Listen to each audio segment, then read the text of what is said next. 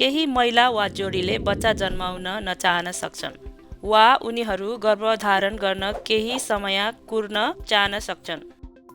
उनीहरूका लागि गर्भवती नभइकन यौन सम्बन्ध राख्ने र आनन्द लिने धेरै तरिकाहरू छन्। गर्भनिरोधका विधिहरू भनेर चिनिने केही विकल्पहरू हेरौँ।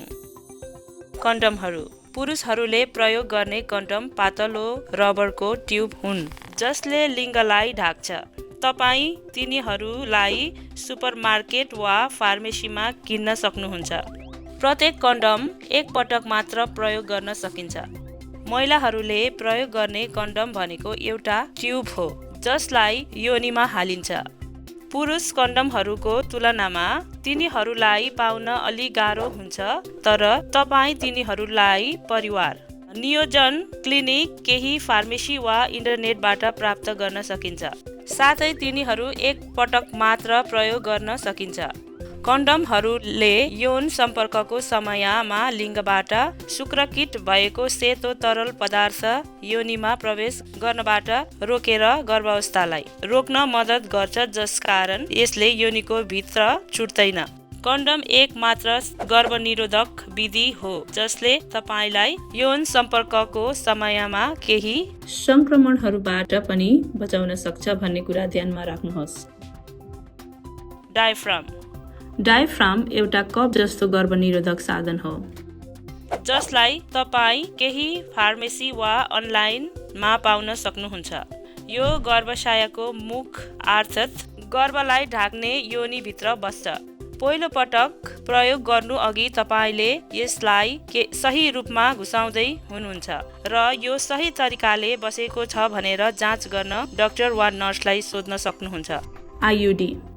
आइयुडीको अर्थ इन्ट्रायुटेराइन डिभाइस हो। यसका दुई प्रकार छन्। हर्मोनल आइयुडीमा सानो प्लास्टिकको टुक्रामा हर्मोन भनिने सुरक्षित रसायन हुन्छ। यसले 5 वर्षसम्म काम गर्छ। तामाको आइयुडीमा हर्मोनको सट्टा तामाको एक प्रकारको धातु हुन्छ र यो झन्डै 2 वर्ष समय टिक्छ। आइयुडीहरू पाठेघरभित्र राख्ने वा झिक्ने काम विशेष तालिम प्राप्त चिकित्सक वा नर्सले नलीको प्रयोगबाट गर्छन्।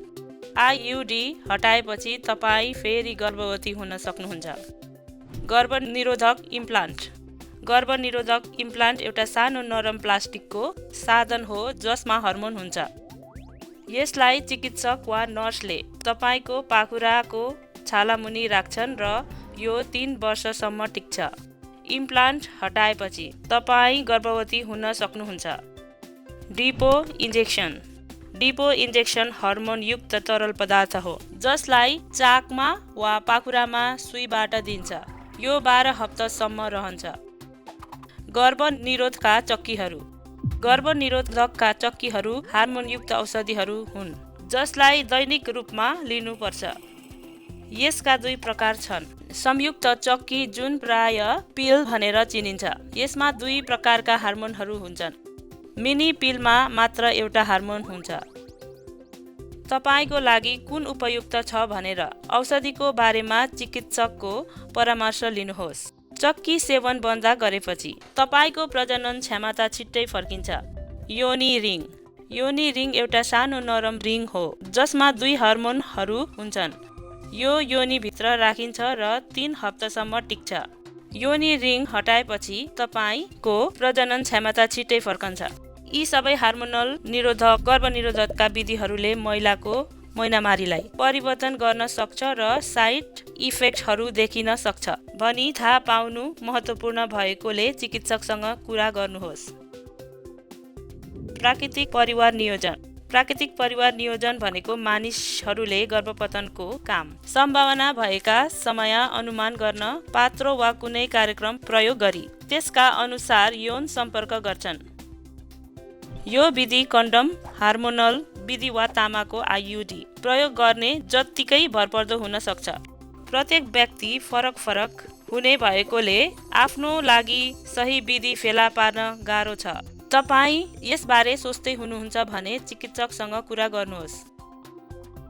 लिङ्ग झिक्ने विधि। लिङ्ग झिक्ने विधि भनेको पुरुष यौन उत्तेजनामा पुगेर सेतो पदार्थ निकाल्नु अघि लिङ्गलाई योनिभित्रबाट झिक्ने प्रक्रिया हो। थोरै शुक्रकीटले योनिमा छोएपछि गर्भधारण हुन सक्छ।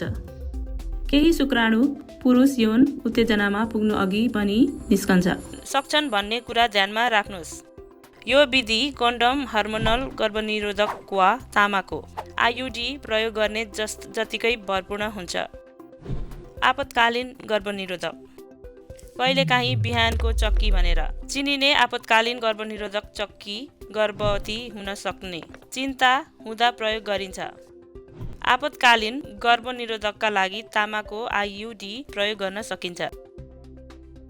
कन्डम फुटेमा, चक्की खान छुटेमा या ढिलो खाएमा वा कुनै गर्भनिरोधक प्रयोग नगरेकोमा तपाईँ गर्भवती हुन सक्नुहुन्छ।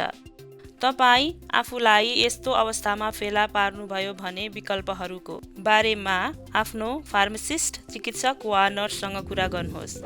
औषधि फार्मेसीमा किन्न सकिन्छ र यसले काम गर्नका लागि सकेसम्म चाँडो लिनु पर्छ, अर्थात् यौन सम्पर्क गरेको 4 वा 5 दिनभित्र।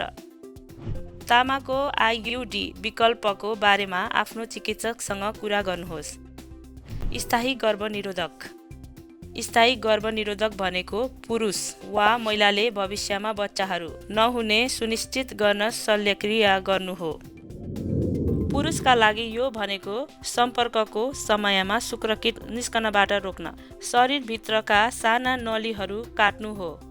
महिलाका लागि अण्डालाई पाठेघरमा जानबाट रोक्न, उनको शरीरमा भएका साना नलीहरू बन्द गरेर रोक्नु हो। तपाईलाई भविष्यमा बच्चाहरू जन्माउन चाहनुहुन्छ भने सम्भावना छ जस्तो लाग्छ भने यी राम्रा विकल्पहरू हुन सक्छन्। यो भिडियोहरूका लागि केही विधिहरू अरूको तुलनामा गर्भावस्थाको सम्भावना काम गर्नबाट बढी प्रभावकारी छन् भन्ने कुरा थाहा पाउनुहोस्।